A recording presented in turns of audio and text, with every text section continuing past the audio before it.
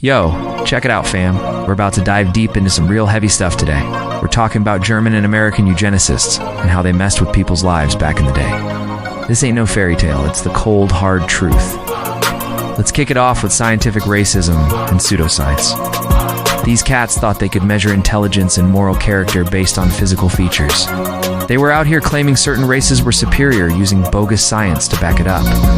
It was all smoke and mirrors, but people bought into it. Now peep this. They used propaganda to push this idea of a racial hierarchy.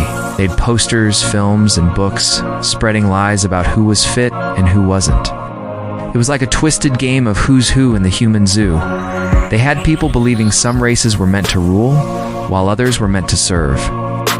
But here's where it gets real messed up. These eugenicists weren't just some fringe group. They had serious financial and institutional support. Big-time foundations and universities were throwing money at this nonsense. They were funding research, conferences, and publications to make their ideas seem legit. They kept pushing for laws and sterilization programs. They wanted to control who could have kids and who couldn't. It was like they were playing God, Decedent, whose genes were worthy of being passed on. They got laws passed in some states that allowed forced sterilization of people they deemed unfit. Now, let's break down the ideological foundations and American influence.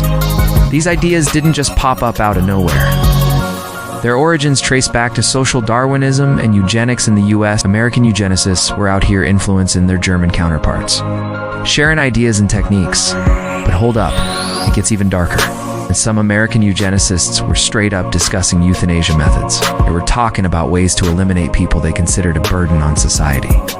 It was some next-level evil stuff. This whole movement was like a poison spreading through society.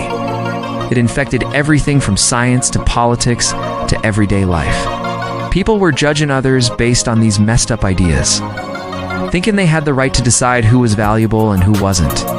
But here's the thing, y'all. We gotta learn from this dark chapter in history. Can't let these kinds of ideas take root again. Gotta call out racism and discrimination wherever we see it. Gotta stand up for equality and human rights.